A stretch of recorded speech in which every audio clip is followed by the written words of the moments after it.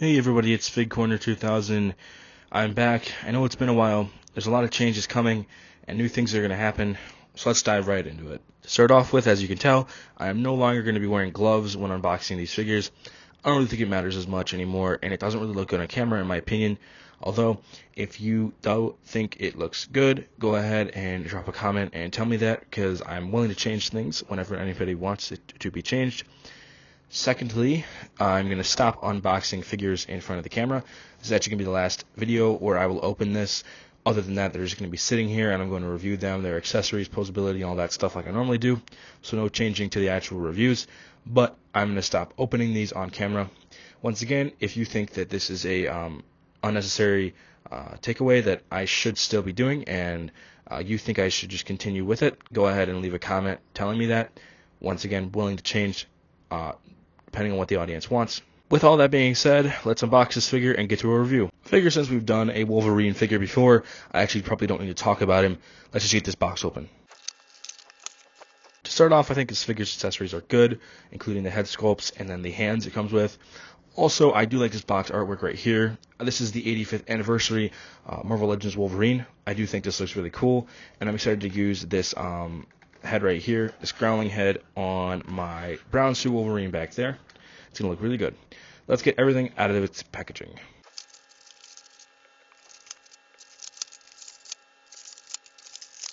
Alright, so right off the bat, the sculpting on this figure looks awesome. It's on a completely different body mold than this Wolverine, and most of the Wolverines are not like this. This one is specifically different, which I think looks cool. Unlike Secret Wars Wolverine, there is a pair of fist hands right here, claw hands on the figure, then one pointing, and then one almost open hand. Not sure what to use this for yet. Along with there being a snarling head here, as mentioned before, and then a more stern head on the face right here. Now, because I already have Secret Wars Wolverine, I can add this head to the figure as well, like this, although they do look a little different. The 85th one being larger, I think, and having a little bit more stubble, and then the sculpting just being different on the faces as well. But it doesn't matter, I think it's going to look good anyway. So let's move on to the articulation on this figure. You can only look up this far, which is a little weird. I would expect him to look up more. Maybe I need to put it into a different type of neck pose, like move the joint backwards then up, or move it forwards then up. But I think that's as far as it can go. It can look down only this far, this is surprisingly bad. I was not expecting this. Let's pop this head off and take a look at this joint. Okay, so here's the problem. So unlike most of the Marvel Legends, this is just a single ball joint stuck through the neck. Unlike how most of them have an actual joint attached right here that swivels all the way down, swivels all the way up. Now I understand Hasbro doing this because you can use this torso joint right here to look up with like that, which even at that, that's not great. That is not great articulation for a lunging. It's okay though. Not much to be expected from Hasbro, typically. So that's alright. Look down only to here. Really, really bad ab crunch on that torso. It's okay though. And then there is a sort of cut right here as well for that complete waist movement, which the waist only really goes back a little bit, if at all. And then can hinge forward about one notch to there. So you can get about this much actual torso and waist crunch there. Moving on from that, this figure does have butterfly joints. They do go back a bit, and then of course they go forward a nice amount as well. I noticed that this little shoulder piece right here is already starting to sort of crease underneath and look as if it might break, although I think it's going to be okay as long as I don't muscle it too bad. The shoulder can go all the way up to here, which is okay. And then of course it can swivel as well, like this. And then the bicep is there, a cut right here as well, which is decent. Additionally, there is nice printing of hair on the sides as well, which is pretty good, just like how this one has it too. As you can see, there's a little bit more on the brown suit than there is on this guy. Once again, different sculpts, different paint artists right there. Forearm and bicep go up to here, which is surprisingly bad. I would have preferred it to go up a little bit more.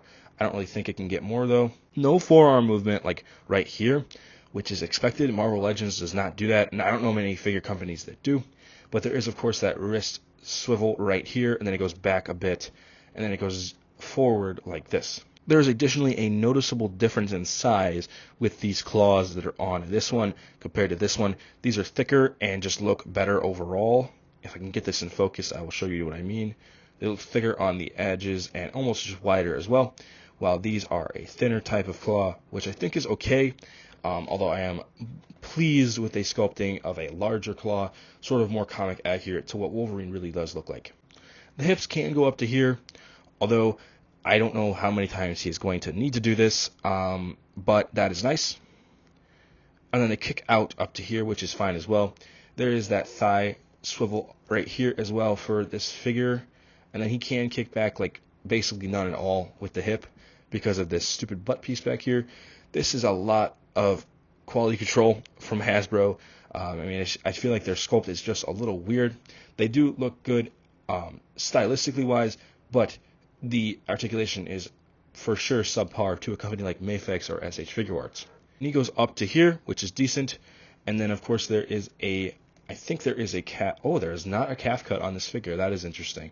But there is, of course, foot movement down to here, up to here. Don't know how much I'm going to need that for him. The same can be said about this arm and this leg. Articulation-wise, things don't change. That wouldn't make sense. Let's move on to some poses. Okay, I've got him in this first pose. I think he looks good. I actually think the articulation is not as good as I thought.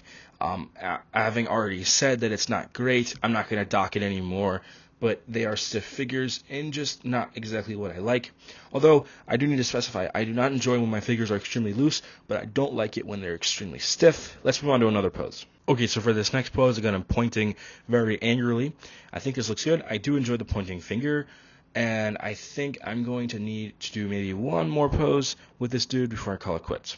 Okay, if you've been watching the channel for any period of time, you know I'm sort of a sucker for box artwork. So for this last one, I went for what's on the back of the box, and I can't really achieve it with this figure because of its articulation. I think it looks alright though. Let's move on to a final review. Alright, so in the end, this is a decent pickup for my Wolverine collection and my X-Men collection. I'm not heavily impressed by the articulation on this guy, but I think it's going to work for me, and I would probably give it a 6.1 out of 10.